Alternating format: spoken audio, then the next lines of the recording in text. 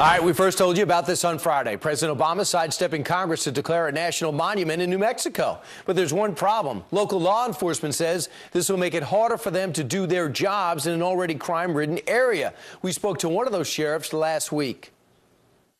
We have a lot of people coming across that are smuggling illegals across, and also drugs and different things like that. And these are one of the areas that they use.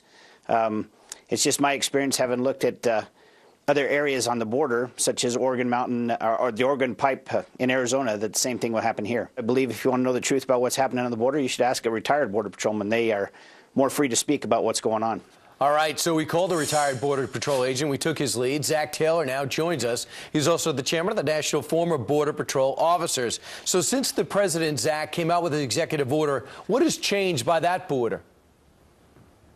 Well, we've seen some threats made to local law enforcement in the El Paso area, where they've put on major billboards in the area, plomo or plata. And in Spanish and in the Mexican culture, that means either take the bribe in money or we will shoot you with lead.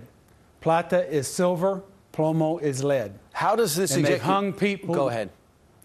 And they've hung people in effigy from those signs, but in Mexico they hang the real people from the signs with the narco message. And what that is a narco message to law enforcement. So how does the president's executive order make it more dangerous? Well, actually, it is a breach of national security what the president has done.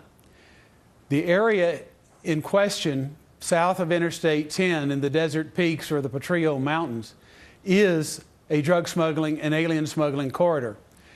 By making it less accessible to law enforcement, it is going to make it more accessible to the drug and alien smugglers.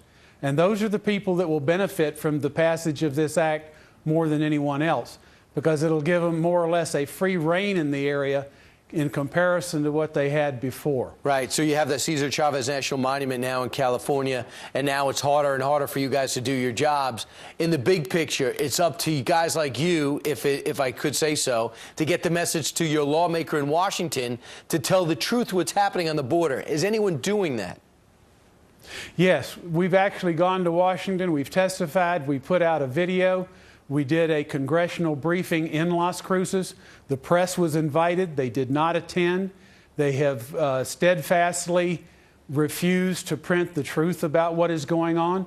What America is seeing in this particular act is exceptional political deception about what is actually going on. What we'd like you to do is come back with that video, and we'll do it again. If the press isn't going to come, we'll expose the whole thing out over here.